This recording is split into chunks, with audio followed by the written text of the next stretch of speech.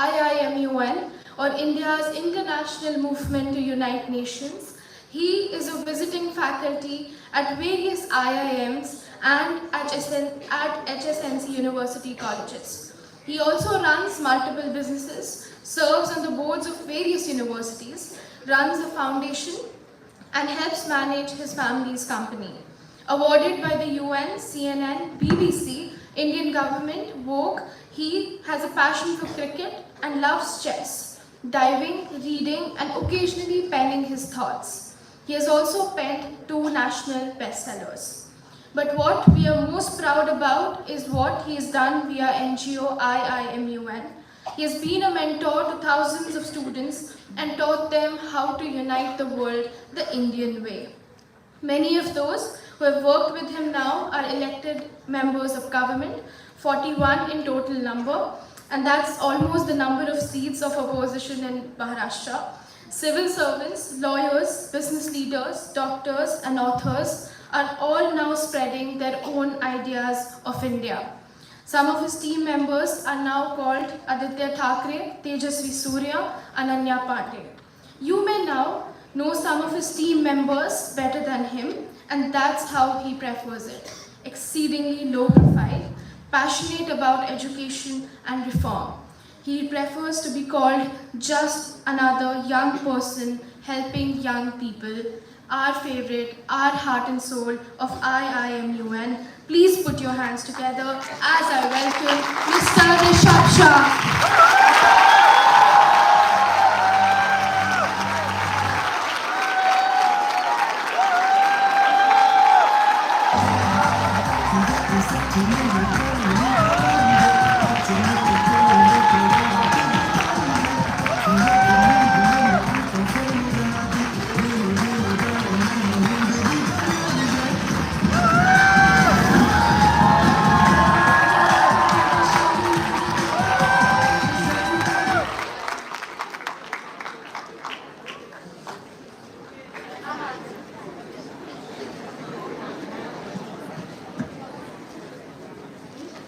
Mike's working. Mike's finally working. I have to tell Snigdha hi first. She has the camera. Hi Snigdha.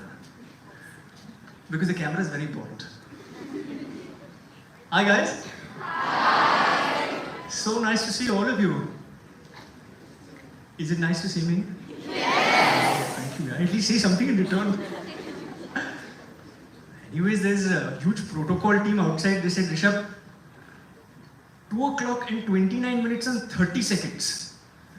So I said, and 30 seconds. At 29 seconds, you should be standing outside. So I was standing outside at 29 seconds. And the 30th second, then the chief guest arrived. And then I had to escort him. So it was very serious outside. So don't make it very serious inside. Is what I'm trying to say. So what's up, guys? What's up? These all good? Are you excited? Yes. How's the Josh? Hi, sir. How's the Josh? Hi, sir. Say it once again, how's the Josh? Hi, sir. When I said, what's up, guys, 2 people got offended. The feminists in the crowd were like, how can he say only guys? This actually happened with me. Where there was an 11-year-old girl who came up to me and who said that, Rishabh, tell me your pronouns. So I looked at her and I said, spell pronouns. Now this girl was smarter than me, so therefore she actually spelled pronouns correctly. And she said, now tell me what are your pronouns. So I said my pronouns are he, ha, ha. And then I said, before you cancel me, I identify as a comedian. The girl looked at me and said, there's something serious. She went to her friend and she said, I thought you said he's smart. I said, looks can be deceiving. Looks can be very deceiving. Unless, of course, you're Shashi Tharoor. Today we're here to celebrate the National Youth Day. We're celebrating it 4 days after the actual Youth Day. Somebody outside reminded me, but Swamiji ka birthday to 12 ko tha na? I was like, huh? It was 12th of January, but why are you celebrating it today? And I humbly submit to you that there are 900 million young people below the age of 35. I say in our country, every single day is the National Youth Day. And that's why we're celebrating it today.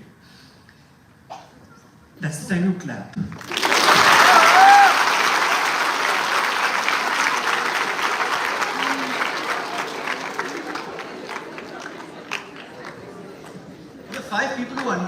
For the 5 people who understand the sense of humor, life is going to be nice. For the 500 who don't understand my sense of humor, life is going to be even better. It's going to be very serious conversations that happen up here, and therefore, my humble entreaty to all of you is this, that whenever, and especially now, have you gone live already? We have, okay, oh God. How many are live now with us? Sorry? A few thousand, Snigdha said. Okay, so to those few thousands, I say hi. But for us, whenever we fall, which you should not fall asleep, I give you the civil liberty of the person who's sitting next to you. That person, on seeing you falling asleep, should just politely tap, not the head. No, don't do it now. Don't do it now. People are demonstrating it live. Politely tap, not the head. Politely tap the person on the thigh or on. Okay, thanks. I don't know how school teachers manage to do this yet. But that's what I want you to do. And the other thing that I want you to do, just in case you feel a little sleepy, is take out your notebook if you have a notebook.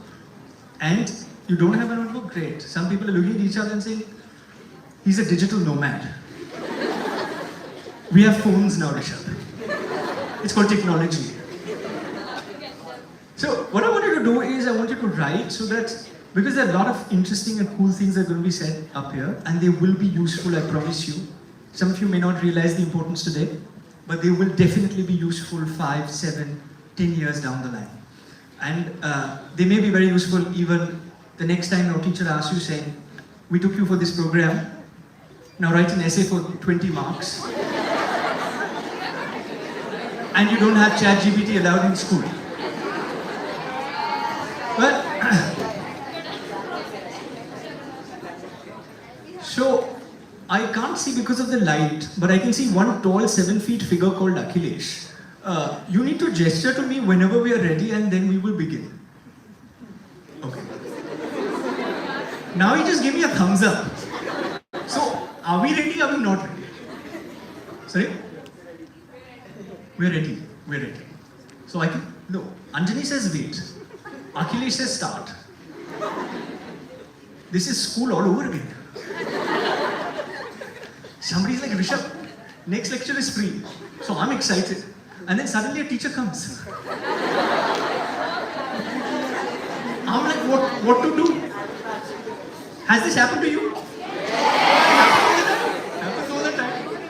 Teachers always take lectures just like that. I'm going to stand on the podium and behave myself, guys. Now when all these senior people come, try to behave yourself, okay? With me, it's fine. We can all be chill. When they come, please make sure that you clap and shout, of course, but politely. Somebody asked me, what do you mean, shout politely? I said, do you know what Kapil Sharma does? Then I said, do you know what Arnab Goswami does? So not the last one, the first one. But what I'm saying is, I'm going to wait for them with this. Looking very serious. How many of you are, okay, so now they're giving the thumbs up, with the double thumbs up. Okay, which is very important. So I'm going to introduce a few people, some that you expect, some that are unexpected, but it gives me great pleasure and privilege to be able to introduce them. First up, to sing the national anthem, and I'm going to take a minute to introduce him, because I think he deserves the minute and much more, honestly. He's the most mellifluous singer that I have ever met, and every time I meet him, he looks younger. He's been singing, okay, you guys are standing up and are looking at the other side. Ladies and gentlemen, boys and girls, please put your hands together for Shan.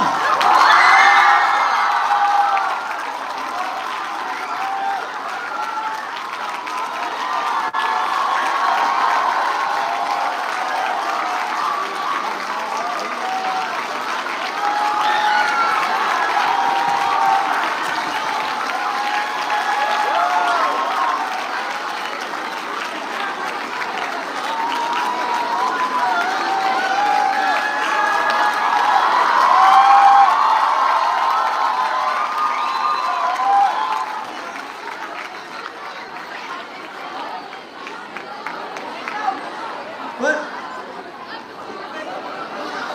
He needs. Guys, settle down, settle down.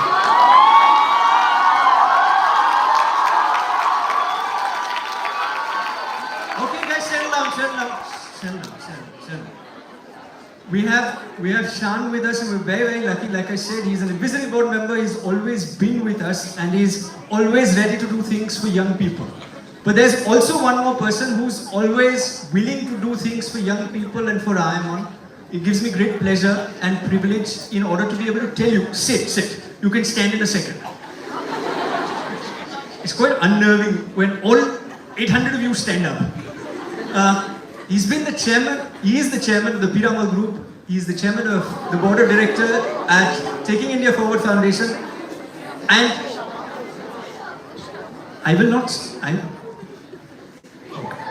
I said behave yourself. Remember we decided. And the best thing about him, and let me say this to all of you. When in Sanskrit we say Swasmai Swarupam Samajya Sarvasvam, which means do less for oneself and do more for others. This man actually embodies that, a true nationalist. Ladies and gentlemen, boys and girls, it gives me great pleasure to be able to welcome Ajay Piramal.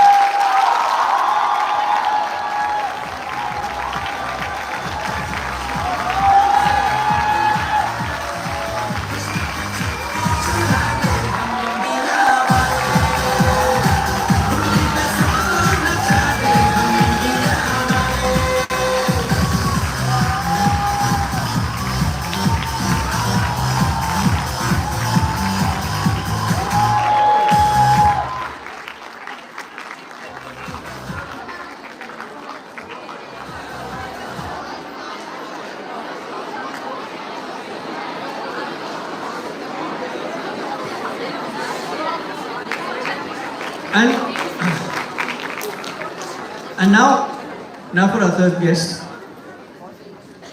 He was commissioned into the armed forces in 1981. It's long before I was born. He was in charge of battalions that patrolled the Indian border in Jammu and Kashmir and then in Dimapur. As Lieutenant General, he was General Officer Commanding in Chief of the Eastern Command for his last 2 years in the Indian Army. And then post-retirement, he served as a military advisor to the National Security Council Secretary. He spent 2 best-selling books, and when the government needed the best man to head the armed forces, they looked to him for a second innings. And whilst our Indian cricket team sometimes disappoints in the second innings, this man has not disappointed in the second innings, hitting the ball out of the park and hitting a hole-in-one. His smile and demeanor reminds me of his predecessor, somebody who was very fond of young people and spent a lot of time with us. Hailing from the same Garhwal village and the same 11 Gorkha rifles, he gives us the same vibe and has an unspoken grace which you will be able to see in person. When you talk of Indianness and when we commemorate the National Youth Day, it gives me great pleasure and privilege to be able to welcome India's second Chief of Staff. Ladies and gentlemen, boys and girls, the second General Anil Chauhan.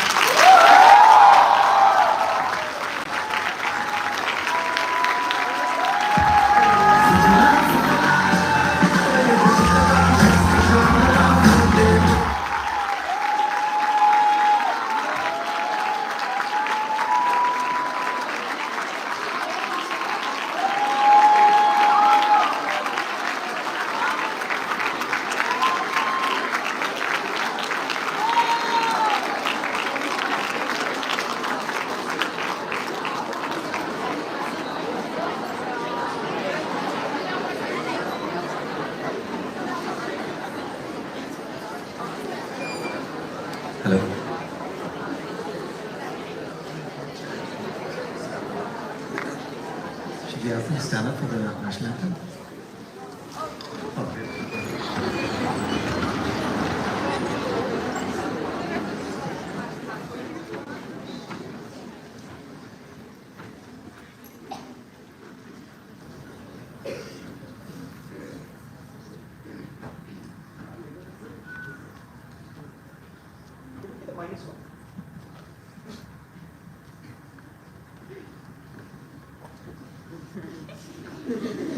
Must be an issue. I think we just sing. Okay.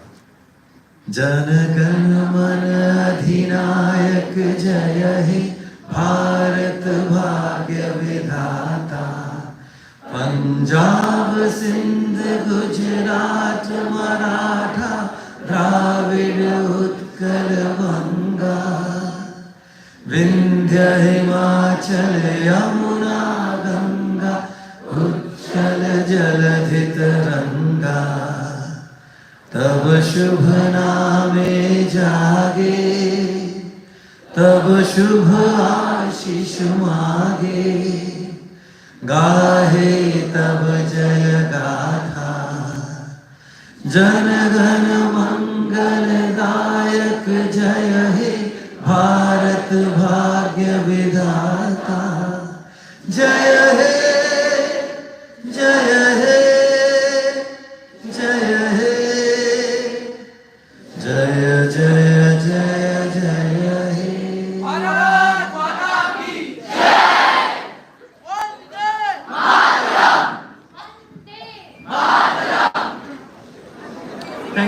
Thank you, Shyam. Thank you, sir. Thank you, sir. If I could request you to come on the first page, please.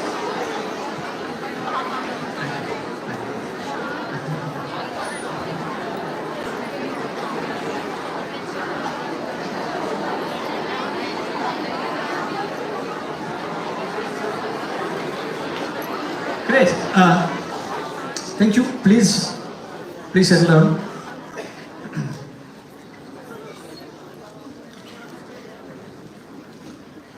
So I'm going to ask you as we formally begin this function, and only Shyam can do justice to songs without a background score as well.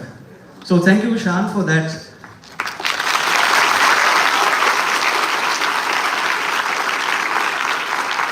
But I'm going to start by asking you the same question that I did when I'd come first up. How's the Josh? Hi, sir! How's the Josh? Hi, sir! A little louder. How's the Josh? Hi, sir! Excellent. That's the kind of energy that is associated with young people. Like I said earlier, somebody asked me this question saying, why celebrate the National Youth Day 4 days, sir, after the Youth Day? And my answer, like I already told you, is it's 900 million of us who are below the age of 35. I think if there is one country in the world where we can celebrate Youth Day every single day, I think it is that country that we call home, which is India.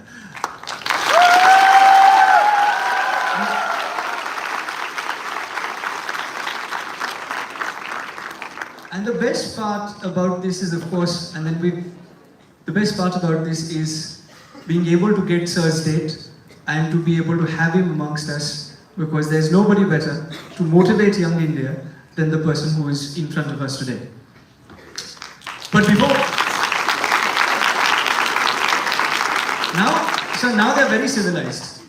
10 minutes ago you should have seen them. But let me quickly start by telling you this. For me, India is, and I think often about this because most of my friends have gone overseas and they refuse to come back sometimes. India, they keep telling me, is a land full of contradictions. We're the youngest population in the world, but the oldest civilization in the world. We speak 19,500 dialects, but we're yet the largest English-speaking population in the world. We're a country where a rickshawala can become the chief minister, and where a chief minister can also be jailed. We're a country where there is contradiction in a lot of things. But there is one thing in which there is no contradiction, as I tell some of my friends, that it is the only culture in the world which actually accepts everybody from all different parts across the world.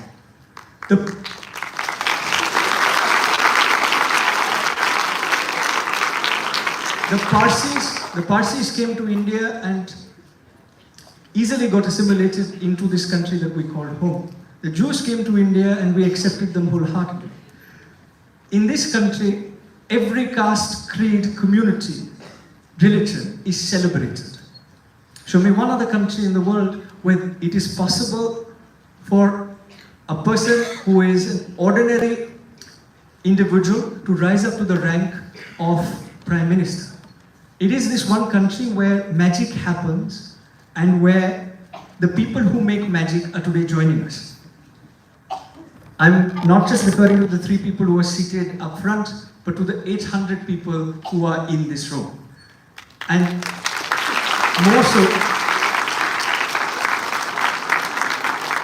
more so the people who are watching this live. So you'll be happy to know that I think currently we're anywhere between 20,000 people to 25,000 people who are watching the program live from different parts across the country. I'm going to quickly end this part and welcome the person who's supposed to give what I'm sure will be, as all his speeches are, a glowing welcome address. But I'm going to end my part by saying and quoting the man who we are celebrating today. Swami Vivekananda, in his speech in Chicago, quoted the Gita, and his words come to me. And this, for me, best describes India. Whosoever comes to me through whatsoever form, I reach him. All men are struggling through paths which in the end leads to me. I fundamentally believe that if there is one nation across the world that can unite the world, it is this country that we call home. I welcome you on behalf of the 15 to 22-year-olds that you see in the black kurta pajamas who are standing out there, and wholeheartedly welcome you to what is a celebration of IIMUN's National Youth Day.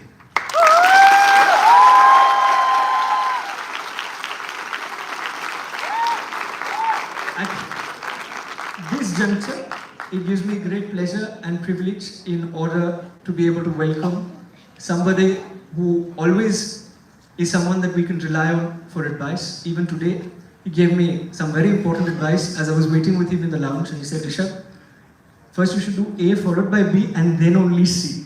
And I think it was absolutely correct because we did it in that order. It gives me great pleasure to be able to welcome a mentor, friend, guide to the organization, Ajay Piramal sir.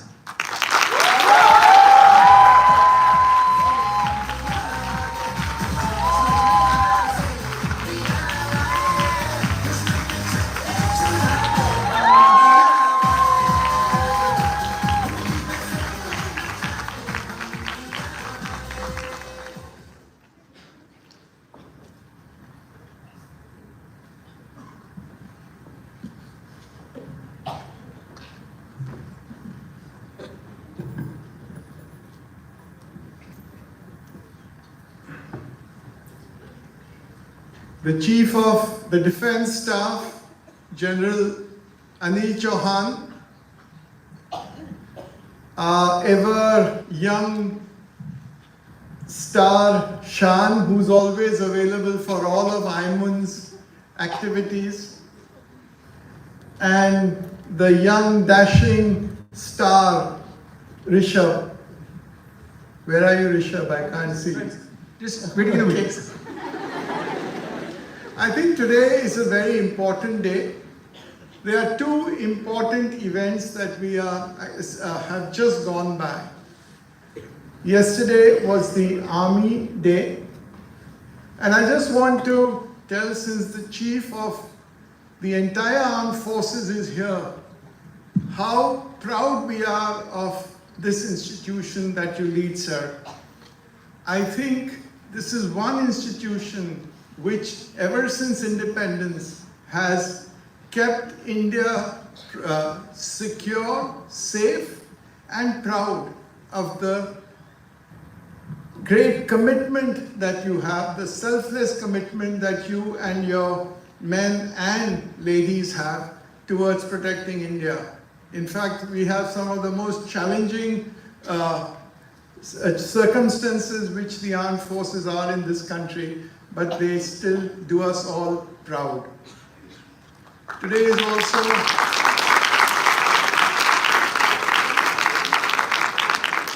we are celebrating today here, which was the birth anniversary of Swami Vivekananda on the 12th of January, which was then identified as, we have now commemorated that as the National Youth Day. Why was it called the National Youth Day? First of all, we must appreciate that what Rishabh actually quoted about the speech at the Chicago, the World Conference of Religions, that was in 1893, at a time when India was probably at its weakest because of all the foreign invaders coming in, whether it was the Mughals, whether it was the British, and they had really sapped our confidence. And then at the age of 30, Swami Vivekananda spoke at the Parliament of Religions in Chicago, which for the first time introduced the greatness of our traditions to the world. And he got, at 30, he was not even invited really, and came without any money, nothing, but spoke so well that he got a standing ovation, and for the first time India was recognized. He created, Swamiji created so many institutions, and he passed away at the young age of 39. But it was not the duration of his life, but the quality of what he does, what he did in these 39 years, that is inspirational for all of us. Swamiji recognized that all of us need to have, we have to develop the spirit of service, courage, and responsibility. And he said, which is a very famous quote, "Give me 100 young youth and I will transform this country." In fact, this was the source of inspiration for our own foundation. Looking at this, we said that we would start a fellowship, which is called the Gandhi Fellowship, where students who are graduates or postgraduates from all over the country spend 2 years with us working in the most challenging parts of India, in the most aspirational districts, tribal districts, and for 2 years learn what it is to serve the most deprived people in India and to learn leadership lessons. I'm happy to say that now we have an alumni of more than 4,000 of these people, and they are all in very, very important conditions. And I would say that this is one thing that I'm very proud to say, that people think that youth do not have any love for the country. But actually, for positions, we now recruit about 700 every year. We get 19,000 people who are applying for that job.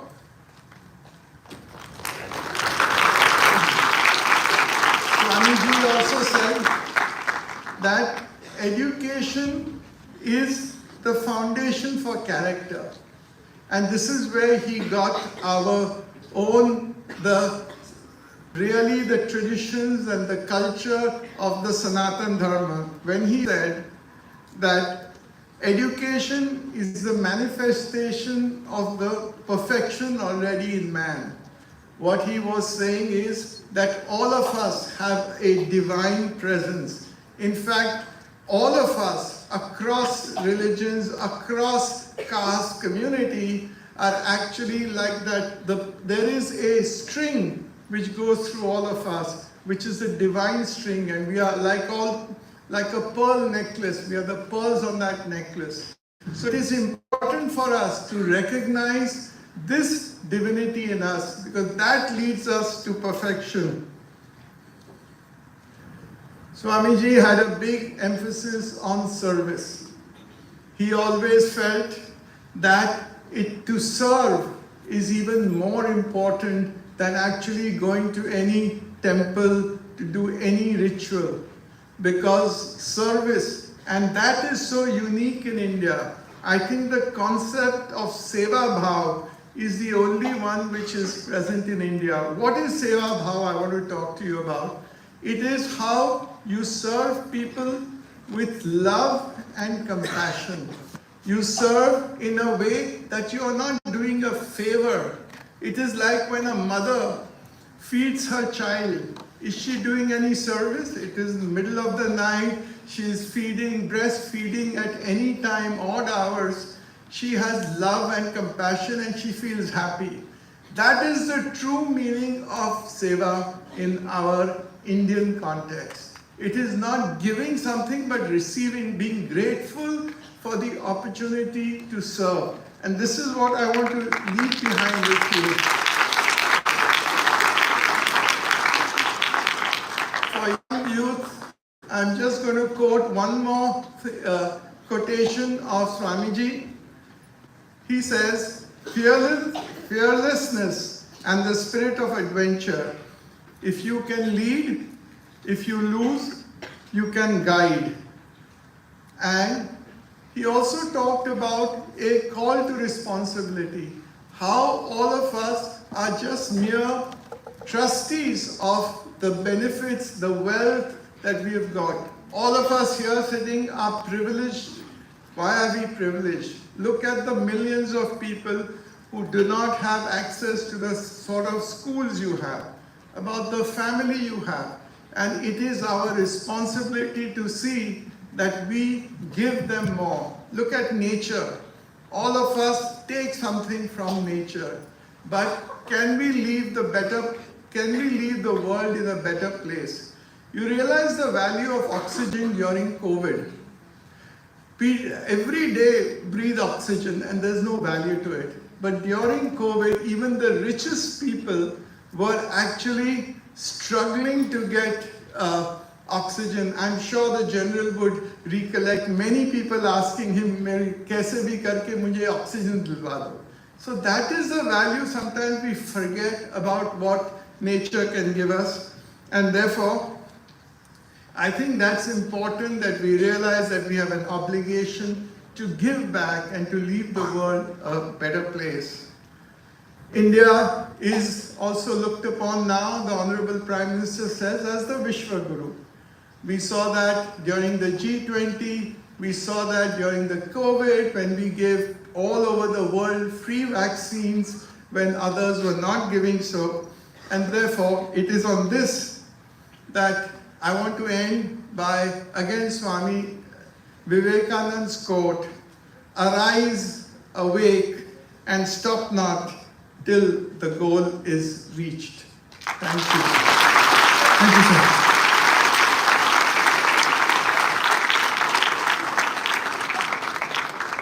Thank you so much, Ajay sir. There were 5 quotes of Swami Vivekananda. 2 of them, sir, I was going to use. But sir's speech and sir's welcome address and the importance and significance of what Swamiji did.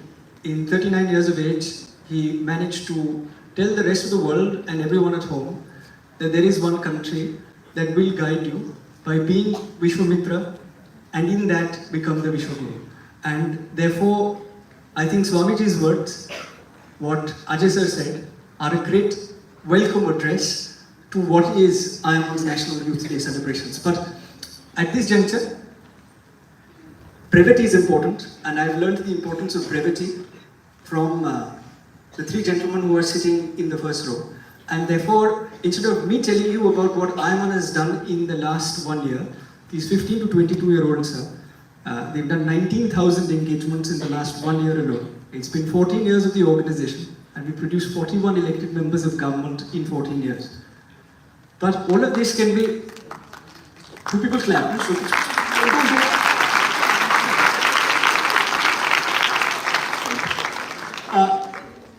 But there's a small video encapsulation, sir, that we'd like to play, which we've condensed, and the last 1 year we'll explain what the organization's been doing. Can we have the video, please?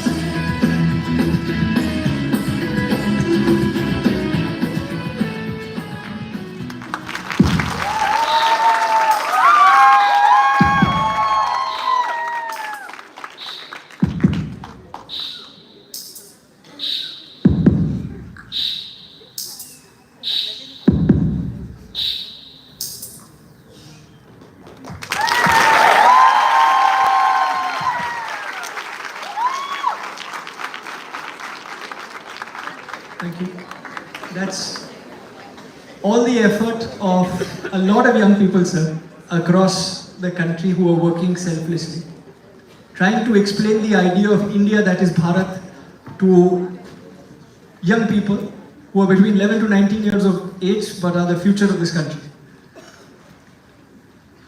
Now I would like to, for the most awaited moment of today, welcome somebody who I think, in my humble opinion, and I say this, and I said this for his predecessor as well, we've had the good fortune of hosting, sir, in 14 years, about 34,000 luminaries who've come to IIMUN.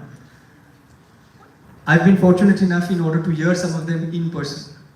But whenever I meet somebody in uniform, and whenever I meet somebody who's wearing any of the tri-services uniform, at that juncture, automatically, there is a salute that comes saying, this is a person who has selflessly served the nation. Whilst many may talk about India, many may talk about Bharat, there are very few people who can selflessly serve on the border and then after that say that I'm now talking about India that is Bharat. If we have to celebrate the National Youth Day, and that's the reason why we're doing it on the 16th, it gives me great pleasure and privilege to be able to welcome for the main address, none other than General Anil Chauhan.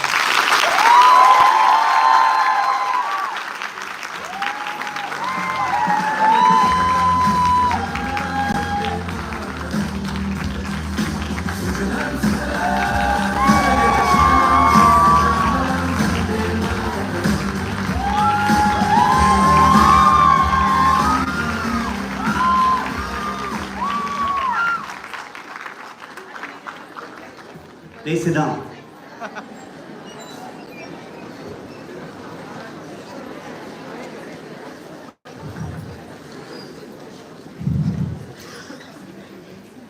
The President of India's International Movement to United Nations, Rishabh Shah, mentors to this particular organization, Shri Ajay Piramal and Shan, 800 odd youth who fill up the stadium today to hear me out, and 20,000 odd who Rishabh just said have joined us online. A very good evening to all of you. Rishabh made this offer to me actually a year and a half back to come and speak to you. I was almost delighted, but my engagement did not allow me to accept it immediately. But I was here in Mumbai yesterday for the commissioning of the 3 ships and then gone back to Pune. I was here back in Bombay, so I thought that I'll speak to you people. And it's always such a pleasure to speak to the young people of the country.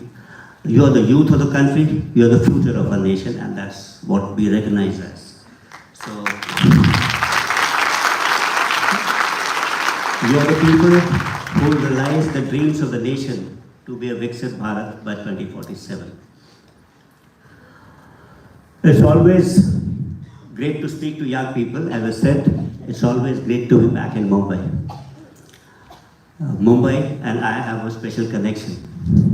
45 years back, when I got commissioned from the Indian Military Academy, my first place of posting was Mumbai. I was a second lieutenant, a pipsqueak. And that time, the city was Bombay, not Mumbai. That rank does not exist today, the rank of second lieutenant. And of course, Bombay has transformed itself into Mumbai, but it's great to be back over here.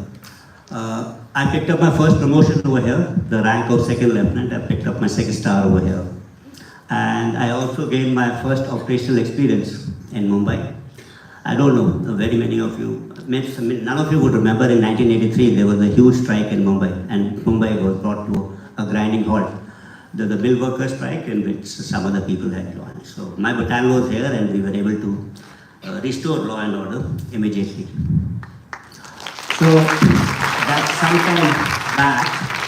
And talking about something old things, I thought that I'll speak to you about Veterans Day first. Let me start with that, something to do with old people. Ajay Piramal just spoke about Army Day, that was on the 14th. I don't know, very many of you may not know that on 14th, a day before that, was Veterans Day, 2 days after the National Youth Day. So We have the National Youth Day on the 12th, we have the Veterans Day on the 14th, and then we have the Army Day. So Veterans Day is the day when we recognize the services of soldiers, old soldiers who have given everything for the nation, and those who are not amongst us, we try and recognize their sacrifice, their valor. So that's an important day, and I think it's important for the armed forces, the serving people also. It's important because of two particular reasons. The quality of soldiers who join the armed forces in the next generation is directly dependent upon how we treat our veterans. If we treat our veterans well, there will be enough motivation amongst the youth to join as soldiers, as officers in the armed forces. That is one thing. The second thing which I always thought was it's always a payback time.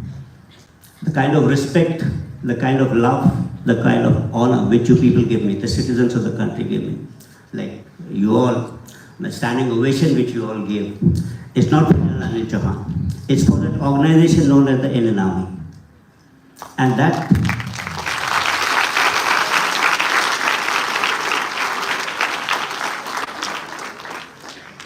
and this respect is across everywhere. It's amongst the politicians, it's amongst the media, it's amongst ordinary people, all walks of life. They have a huge respect for the armed forces. A mention was also made about that by Piramal. So why does this happen? It's a collective kind of an inheritance that I have inherited, of people, of my friends over here from the Army, Navy and the Air Force. We all have inherited. ये हमारी एक तरह की धरोहर है. So this is built up over a period of time, say 47, 48 war, the 65 war, the armed forces coming out and, like I said, in Mumbai, breaking up that mill workers strike, or helping out in natural calamities. So this has collectively got built up, and now it's my duty to contribute to that particular dharohar or inheritance which I said. So Veterans Day is important. Veterans Day is celebrated in other countries in big fanfare, not so much in our country, but there's one city where it's celebrated very well, and that's Mumbai. On 12th, they hold a Veterans Parade on the Marine Drive, and all the ex-soldiers actually walk or run on that, and the city comes out and cheers them. The evolution of a particular city, the compassion of a particular city, the compassion of that particular society is reflected in how you treat your soldiers actually, and especially your ex-soldiers. And that is evident in Mumbai, and that's what is great about Mumbai. I don't know if you people know that why Veterans Day is celebrated. It's the day when our first Field Marshal, General K.M. Karyappa, he was later made a Field Marshal. He retired and he became a veteran. And the Army Day is exactly celebrated because that's the day when the first Indian Field Marshal took over the reins of the armed forces or the Indian Army. So before that, we had two British gentlemen who had led the army, that is Francis Butcher and Robert Lockhart. And after this particular month, actually January, if I may say, is a month of national festivals. So national festivals, 12th I said, was the National Youth Day, we had the Veterans Day, we have the Army Day, and then we have the Republic Day, where the armed forces will lead the parade, the Republic, and then we have functions related to NCC and a Martyrs Day. We also have, this particular month is also significant in the point of view of that it's the start of the new year. So it's also Makar Sankranti, Lohri, Pongal, in every part of the world. So that I think is important. That signifies change. That signifies change, that's important. And that is what partly I'll be speaking to you. And I'll be speaking to you about the future actually. I'm not an astrologer, neither am I'm a futurologist, but my job is to think about the future, think about how warfare is evolving, what changes we need to bring about in this warfighting techniques, warfare, etc. for the armed forces, so that when the time comes, we do not fail the nation. And this is because there is no second runners-up in war. There is only one champ, there is only one victor, and the second side is the vanquished side. That's important for us. And it's also important because this is the only profession actually in which we are not practicing on a daily basis. If there is someone who's a lawyer, he's practicing every day in the bar, or the codes. There's a surgeon who's practicing surgery every day. There's an architect, he's designing buildings every day. Soldiers are not fighting every day. So there are long times of peace in between, but they only get one chance. When it comes, you can't fail. So rest of the time, they're actually preparing. And that's what as the Chief of Defense Staff, or the senior hierarchy of the armed forces does, is to think as to how warfare is evolving and how to prepare. Forget about how the armed forces are preparing. Let me talk about our nation. I think the future actually belongs to us. It belongs to India. And I say this because I believe that cognitive abilities in future will be far more important than physical abilities. We should be creative, and critical thinking is far more important in future. These are two important things. And I'm saying this while the future belongs to us, because this particular part, that creative thinking, cognitive intelligence, that resides in the Indian far more than any other culture or any other society. It's been part of our genes, it's part of our DNA, and this is part of us for a very, very long time. Let me just speak about how it is there in the past, creativity of the Indians in the past. Much has been written about it. I'll just give you 2 or 3 small examples about it. Mathematics. We invented this numeral system actually. Otherwise, there's a Roman numeral system. That's not conducive for calculations, is it? It doesn't. It's the numeral system which we discovered that's conducive for actually calculations. We also discovered the decimal system. We also discovered the zero for the word, shunya. Now, how important it is, can you imagine that someone can discover something which is nothing in itself, shunya? So that is where we were at some point of time. We were also good at astronomy. When the world thought that, the earth is flat and the sun goes around the earth, we have this thing as Surya Siddhanta as one. And we also talked about earth as Bhumandala. That is, Bhu was earth and Mandala is something which is spherical. We knew about most of the stars and constellations much before the Western world came to know about it. Look at literature. The oldest book of mankind is Rig Veda, and that originated in India. And of course, we have Mahabharata and Ramayana. Mahabharata in its the very depth of the characters it has, the very length, and how does it connect all those characters is mind-boggling actually. In today's world also you cannot actually assimilate the whole thing in one go. How can in primitive times someone could think of such things? And its whole length is actually about 10 times when we combine this thing of Iliad and Odyssey, which is as far as Western literature is concerned. Similarly, whether it is medicines, whether it is health, whether it is yoga or Ayurveda, we were far ahead of anyone else. That's about creativity of Indians in the past. Let's talk about creativity of the current times actually. So I think this critical thinking about Indians is evident in the way number of chess players have actually won recently. Kudos to them. That is Gukesh, which is Ramesh Rambabu, Arjun Eragon.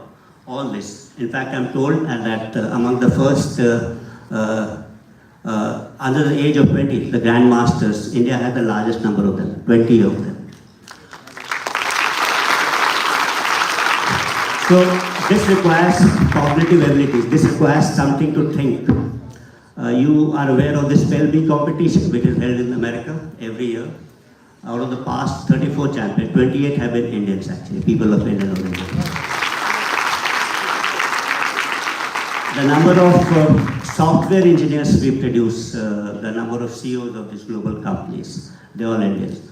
How come all of them are Indians, because it's that cognitive skills, it's part of our DNA, it's part of our genes actually. Somehow we lost it out because of this foreign invasions and kind of a colonial rule. But now that we have spent 77, 78 years after independence, it's time that we are going to revive it. And we are going to revive it for this, reviving those old genes, it's part of us.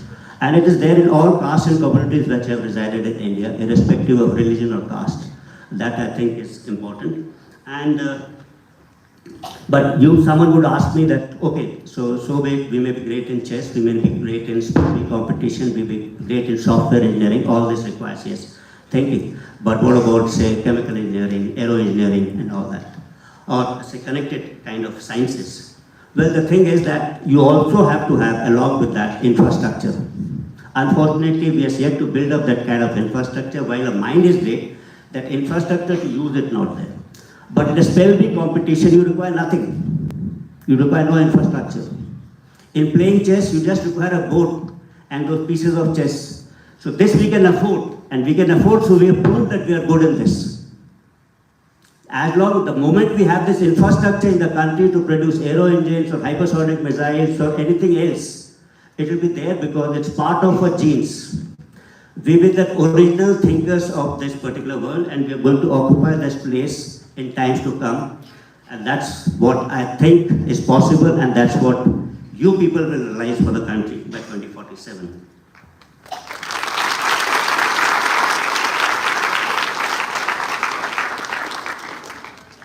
Why is Indian mind so creative? I've been thinking about this, that why is Indian mind creative actually? Intelligence is two things. Intelligence, if you say, is memory and it is logic. The two things comprise of intelligence. If you have got memory, you've got a vast memory, and you've got logic with you, then you are intelligent. Indians by nature had oral traditions.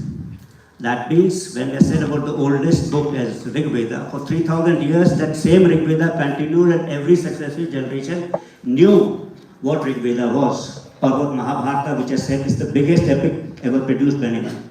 They do it verse by verse for generations together. So this is part of our oral tradition. This is not there in any other civilization, this oral traditions. So this has naturally built us the memory kind of system of our brains. We learn tables. The world doesn't learn tables. That's important. Second thing I said was logic. That's what defines intelligence. Again, the way we taught ourselves, the great universities of Nalanda and Takshila or Vikramshila, they were normally as a form of a debate. So this was again, Upanishads are what today? Upanishads are a form of a debate actually, of the Vedas. So this was the system of our teachings actually, to discuss a thing in form of a debate. So it's logic which comes out, and that because logic is there and you had a memory, so obviously you are intelligent. So that's why I say that the future actually will belong to us. Although we may have modified the system of debate in the news channels, which nowadays resembles a kind of a fight rather than a news, but that's again an Indian invention. Second thing which I said was why India's time has come is because for anything to be achieved, you require the necessary momentum. And momentum is what? It's mass into velocity.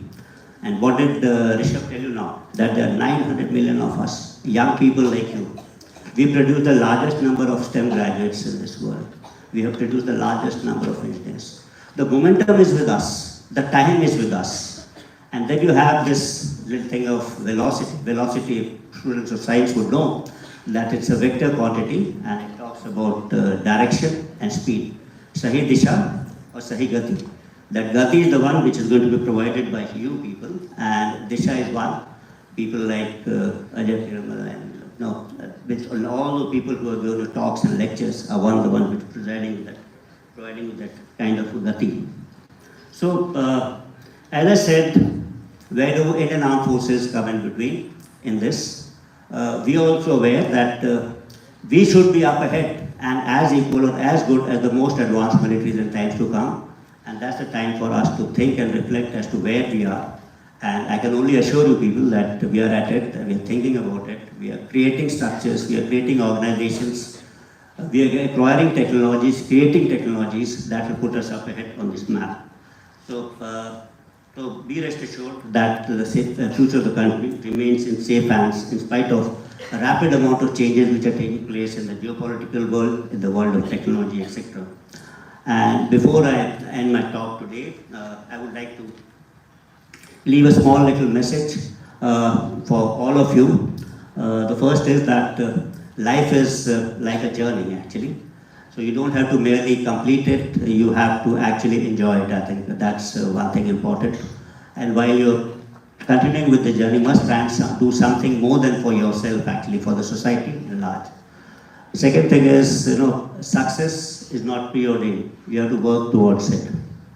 Success, they say, is not a matter of chance, it's a matter of choice. So you got to work towards it. And it's long journey, the journey of this life is long. Always remember that there will be ups, there will be downs. So don't think a bend in the road can never be an end of the road. So it may be just a bend. So you got to treat this ups and downs as imposters and success of what Rudyard Kipling had said in his famous poem, If. And to end, I would like to recite a small poem by Mohanlal Vedi. This is about कोशिश करने वालों की कभी हार नहीं. It goes like this. लहरों से डर करके कभी नौका पार नहीं होती. कोशिश करने वालों की कभी हार नहीं होती. नन्ही चींटी जब दाना लेकर चलती है, चढ़ती दीवारों पर 100 बार फिसलती है. मन का विश्वास रगों में साहस को भरता है. गिरकर चढ़ना, चढ़कर गिरना ना करता है. आखिर उसकी कोशिश कभी बेकार नहीं होती. कोशिश करने वालों की कभी हार नहीं होती. कोशिश करने वालों की कभी हार नहीं होती. So the only message from my side to the young people today is never, ever give up. Thank you and Jai Hind. Thank you. Thank you, sir. So if I may request you to come here. Thank you. That was a stellar speech. Once again, ladies and gentlemen, boys and girls. Thank you so much.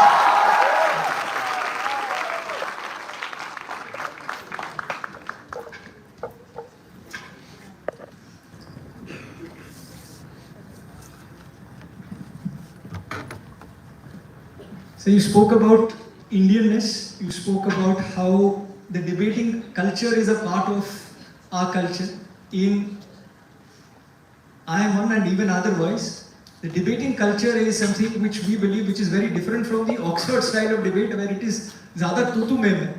In our culture it is more about Purva Paksha style of debating, which is you understand the opponent's perspective and then you debate. And this is the kind of Indianness that we're trying to get young people to understand. But sir, you spoke about Indianness, and Indianness is very important for Bombay and for Delhi. But it's also equally important for the ones who are watching this live and in different parts of the country. One of our largest conferences takes place in Srinagar, and 4,000 to 5,000 children participate in that. We've been doing it for 8 years, before abrogation of Article 370 and after.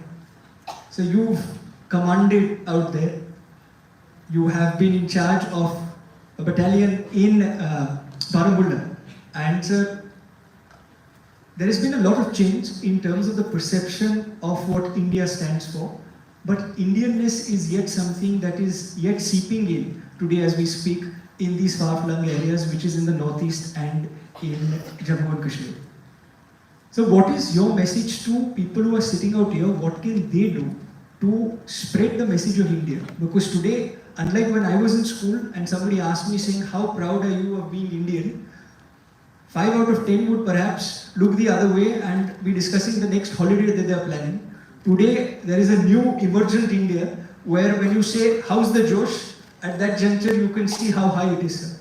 But sir, what can civil society and young people here do to spread Indianness in far-flung areas like Srinagar and in the northeast? To actually answer. So, to some extent, the answer lies in one of the statements actually. What could we do? First you said is travel. You travel to those places. You travel to Kashmir. You travel to Northeast. They are part of your country. You must understand, and this will help not only in promoting tourism, it will help the local economy of that particular place. It will help you connect with those kind of people. I think that's important for the rest of the country. That we connect the people in the Northeast. They're as much Indians as I've served in both those places, and I've interacted with every kind of youth, middle-aged people, old-age people over there. Old-age people have seen peaceful times, the middle-aged people have seen struggle, and they're young people who aspire, like you young people. They also aspire to a good life, they want to be very successful. And I had no doubt in my mind that all of them have Indianness in their particular mind. I also made a point that this is part of Indian DNA to be naturally creative, naturally intelligent. You find all this creativity. It's not that it's over here. If you look at, I don't know if you remember the topper of a couple of IS exams have been actually people from Srinagar. The largest number of IFS officers, IPS officers today in Manipur are probably tribals. So those people are there as intelligent as you. You've not been able to recognize that. So that's the point I should make, that must reach out to people, must broaden your horizons, learn something. They're definitely, most of them are definitely smarter than me, and some of them have made their way into the leadership team at IIMUN per se. You spoke about somebody topping from civil services, Amarathi Khan, and others also in that batch who topped per se. So you gave another example of Mukesh. I used to play chess when I was younger and smarter. But sir, when you spoke about chess, sir, I felt very happy because today chess has become mainstream. It has become a conversation that everybody is having, and everybody is talking about things such as chess. Sir, what has also become mainstream is viewing the armed forces, and like I said, that whenever somebody sees anybody in the armed forces, automatically they stand up and salute. But you spoke about something very interesting, sir. You spoke about the Veterans Day. And you spoke about it being on the 14th, then the 15th, everything that happened, and today being the 16th, sir. So my question is slightly outside this, but I wanted to ask you, because I was hearing that, is that as civil society, what can we do in order to spread the message of the armed forces further? And sir, I say this in a capacity where NCC is one thing that everybody says that you should be a part of. But with your predecessor as well, when I got a good chance to interact with him and host him, at that juncture, so we used to ask him this, and he was very passionate about this, saying, spread the message of the armed forces far and wide for no other reason, but the discipline that you see in the armed forces is second to none. How do we spread qualities of the armed forces to civilians when in normal day-to-day school and college, we find it difficult in order to make the 8 o'clock deadline that we have at school, and we sometimes that 8 o'clock becomes 8:02 and we get a bad remark in our diaries. So how do we spread this kind of idea of the armed forces when it comes to the qualities that one can pick up from the armed forces in civil society? Look, two things.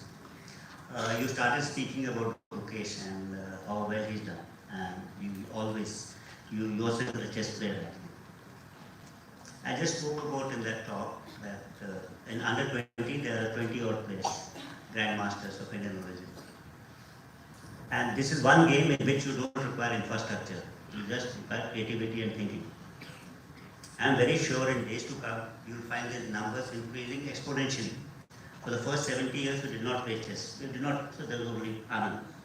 But now large number of people are playing. If large number of people start playing chess in India, they will beat everyone. Because that's part of, I said, part of the Indian DNA, because we are creative people, we can think, our cognitive abilities are very strong.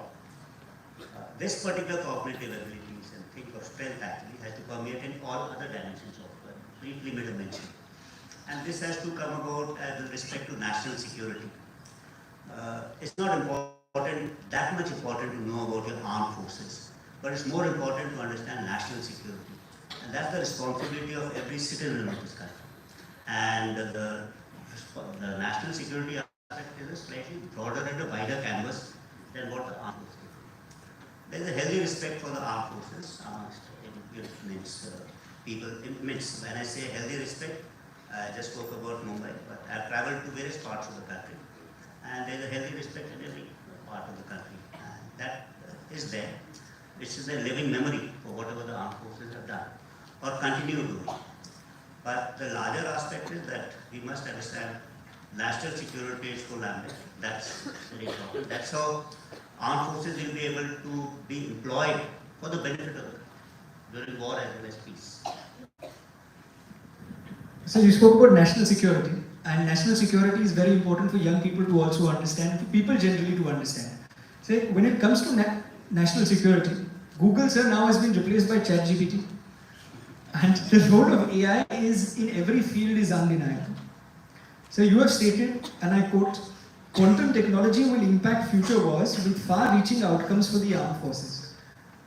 So what is the possibility of the next wars being fought in ways that are not traditional warfare? Mission Impossible is trending on Netflix. But it is all about artificial intelligence, and artificial intelligence basically being responsible for the new warfare that we will see will also be because of AI. So people like me won't necessarily fit in the armed forces in the traditional sense. But is there a way that young people can volunteer to become digital soldiers? What are the armed forces doing when it comes to AI? And is there a role for young people to contribute in this regard? So, Rishabh, this is a subject by itself. Look, I've been saying that we are at the cusp of a major transformation in warfare, and we fought wars till now in a particular manner. In future, I don't think wars will be fought in that kind of a manner. So, because of multiple technologies, it's not only artificial intelligence, machine learning, or say quantum technologies, or say robotics, or say stealth technologies. These all are going to affect how we're going to fight. But that's a subject, let's leave it to professionals.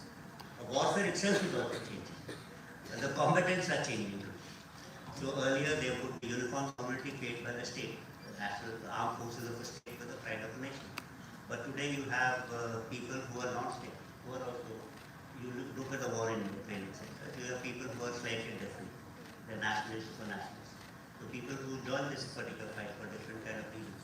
Tomorrow you have machines. The scare is that someday, till now, the warfare has always been between two humans.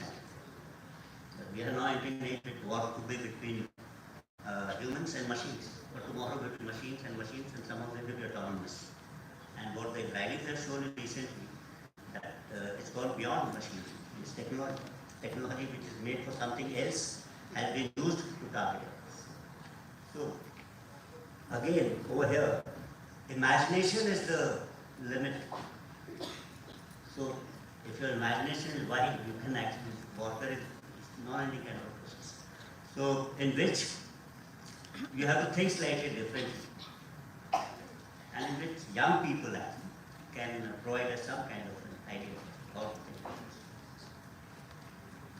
Alright, thank you for mentioning that, and thank you for mentioning that there is a place for young people in trying to help and contribute when it comes to the armed forces as well. But sir, my second last question to you, and I wanted to allow them to ask a couple of questions once I finish, if it's okay. My second last question is in regards to this. Yesterday, the Defence Minister at the commissioning of the ships, he spoke about a Viksit Bharat of 2047, that there would be a year of reform that would take place in the armed forces. So, it is, and I quote you again, where you have mentioned that one must shed obsolete practices and adopt new ones. So there are many things in the armed forces that some people feel that should be changed. In your opinion, the promotion that is done solely on the basis of seniority, many feel that that should be done away with as well. Is this the right method for appointment for the armed forces, sir? What would be your views? You see, this is, okay, this has been announced as the year of reforms, and not that reforms were going on for the past 3-4 years. We want to actually speed up the process by actually formally announcing it as a year of reforms. And the armed forces, all three wings, are committed to this particular idea that we need to reform. And the purposes of this reform, I've told you, that the way warfare is changing, unless we don't reform, then we won't be able to win. As I said, in war there is no win. Runners up, there's only one chap who wins. So that's, I think, important. The second question which you said about seniority versus merit in promotions in the armed forces. In the armed forces, it's always been merit. On all ranks, it's been merit actually. That's why this pyramid which we have is so steep. It's unlike any other services in which number of people get promoted to a particular rank. We start shedding out people at the rank of lieutenant colonels. I faced my first promotion board as a lieutenant colonel. And to reach this rank, I have faced about 5 or 6 promotion boards. So lieutenant colonel, brigadier, major, lieutenant. It's only at the very end that this particular principle of seniority counts, at the very end. And that's because you have gone through this process of selection 5 or 6 times. So armed forces is always based on merit. It's only at the top rank of say, army chief and all that.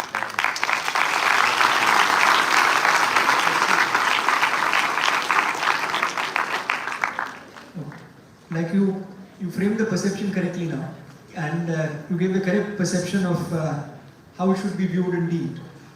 So my last question is a small rapid fire. It is young people, so I thought that we should end with a rapid fire, at least in my part. What is the first word that comes to your mind when I say the following words? Tibetan art. It's beautiful. When I say favorite golf player. Myself.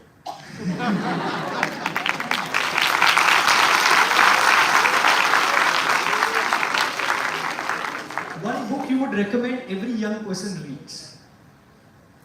There are actually many books, and you must not stop reading. That's one thing I thought was important. When I say family, what's the thought that comes to you? So that's the most dearest to you, especially my daughter. Ajit Doval. When I say Ajit Doval, sir, what is the thought that comes to you? A thinking man, When I say Prime Minister Modi, a man who takes decisions. Arjun Moore, Victory,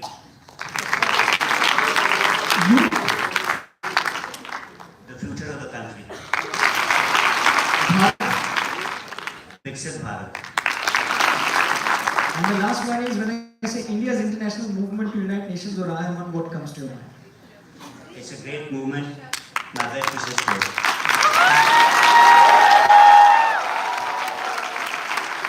Thank you. Thank you, sir. With your permission, can I take 1 or 2 questions from the audience if it's okay? Oh. Anybody who has questions? Yeah, hi. Good afternoon, sir. I'm extremely honored to stand before you, and I would like to thank Rishabh sir and IIMUN for organizing such an event for young age students. And sir, my question to you is, how do you remain mentally resilient while making such critical decisions under immense pressure? You see, long back, when we were in the National Defense Academy, there was a prayer that we used to say every day. It was compulsory. God give us strength to be physically strong, mentally awake, and morally straight. As you grow, these things actually, the reverse order becomes important. If you are morally straight, then your thinking ability is also correct. And the physical abilities also help you in some manner to your cognitive abilities. So it's always 3 ways you got to work both. You got to be always patient. Whenever you take a decision, you're working, you got to hear the other people out. In most long times of my life, especially in this particular assignment, I found most of my ideas coming from people. It's not my ideas. It's people's ideas which I gather and then transmit it again. So this is how actually one should be functioning. As a leader, you should be able to take your team along. There's no point only you being successful. Everyone, the collective genius has to reside in the whole organization. Then only one will be successful. And in decisions, must take help of people who are important or who are more knowledgeable. Thank you so much. One last question. We have one last question. Hello sir, my name is Aransh Parekh. I'm from the IIMUN. Jai Hind, sir. So my question to you is, what did it take you emotionally, academically and physically to earn the uniform that you have today, sir? See, look, I am firstly from a very, what should I say, ordinary family background. I studied in Central School, Kendriya Vidyalaya. And the Kendriya Vidyalaya was located in Fort Williams in Calcutta. And there used to be an infantry battalion over there, through which I used to pass every day. and I have to see soldiers every day marching, doing drills, etc. And I feel to find them quite disciplined and always well turned out, motivated, happy, cheerful. I decided that I will join the armed forces and I joined Gurkhas. That's what I did. Thank you so much, sir. And thank you for the session today. And thank you for taking out time and coming and gracing the Youth Day celebrations, the National Youth Day celebrations. But sir, before we let you go, there's one line that I wanted to say, and there's a small token of appreciation. Ajay sir already mentioned that Swami Vivekananda said that give 100 young men and women and we will revolutionize the country. That time the statistics were about 200-300 million people, if I'm not wrong. Now we have 1.4 billion people and only growing. So we need even more young men and women. And we need even more young people to understand the message and the idea of India and the idea of oneness. What you've mentioned today, the blueprint that you've given us today, and the motivation that we've received from both you and Ajay sir, I'm sure it will point us in the right direction to build a Viksit Bharat in 2047. On that note, may I request the chairman of the board of directors of Taking India Forward Foundation and our dear advisor, Ajay Piramal sir, to just come and give a small token of appreciation on our behalf.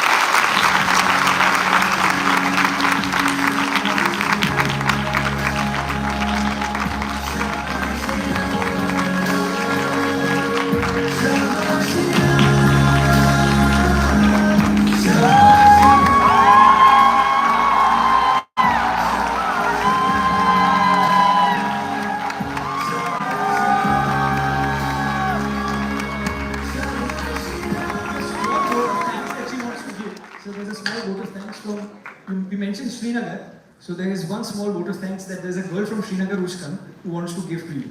If I may request you and Ajay sir to please just sit for a minute. Amber, over to you.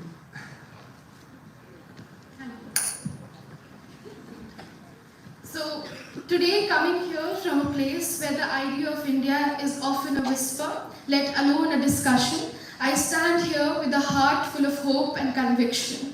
Over the past 5 years, my idea of India has been nurtured, shaped and sparked by what I have witnessed at IIMUN.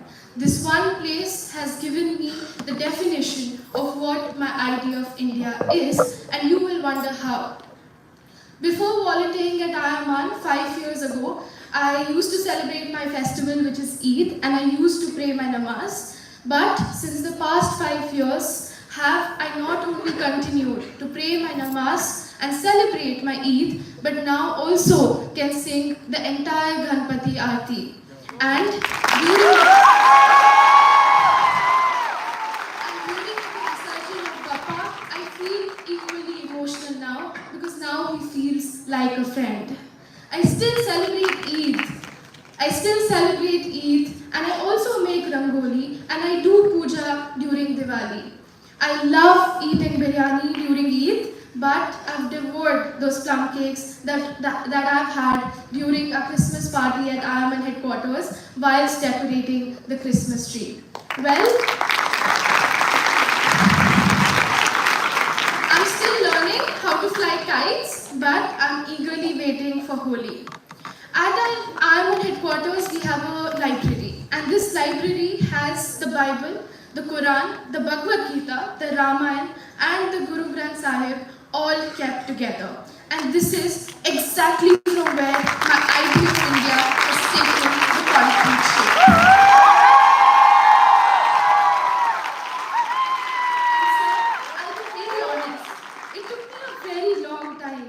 And for the friends who are right now in the Valley of Kashmir, it will take longer. But it is happening. How is it happening? It is happening because there are many people who are helping us to feel what it is to be a part of India and how to feel to be an Indian. For the lakhs of students and for me, this happened because of this one place that I call home and I am forever grateful for, called IIMUN.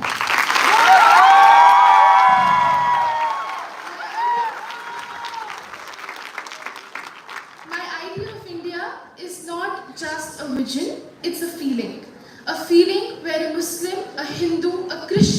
Sikh, and all other faiths live together in harmony, peace, and mutual respect. It is an India where we cherish each other's prayers, celebrate each other's festivals, and most importantly, embrace our differences as our greatest strengths.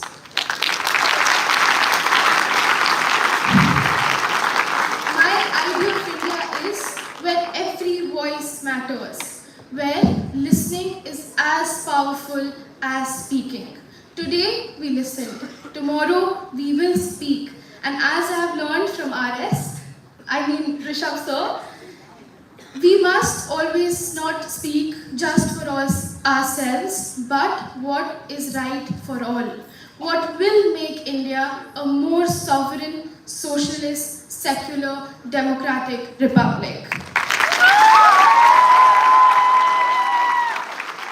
Today, it is not only the 750 of you who have heard this message from the different schools, 65 in number, but also the 30,000 students who have heard this message live from their homes. And further, the ones who will listen to this message through the network of 1 lakh schools that IIMUN holds.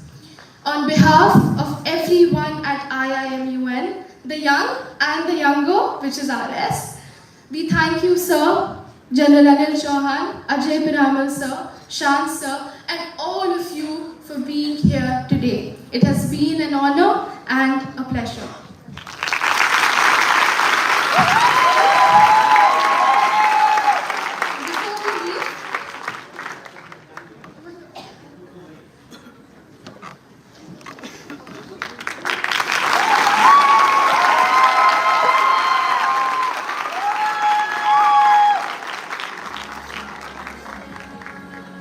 it's always a must to take a selfie before we all leave.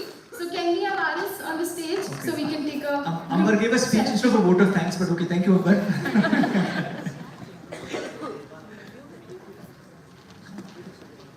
Will you take the selfie? It'll be easier. We'll face.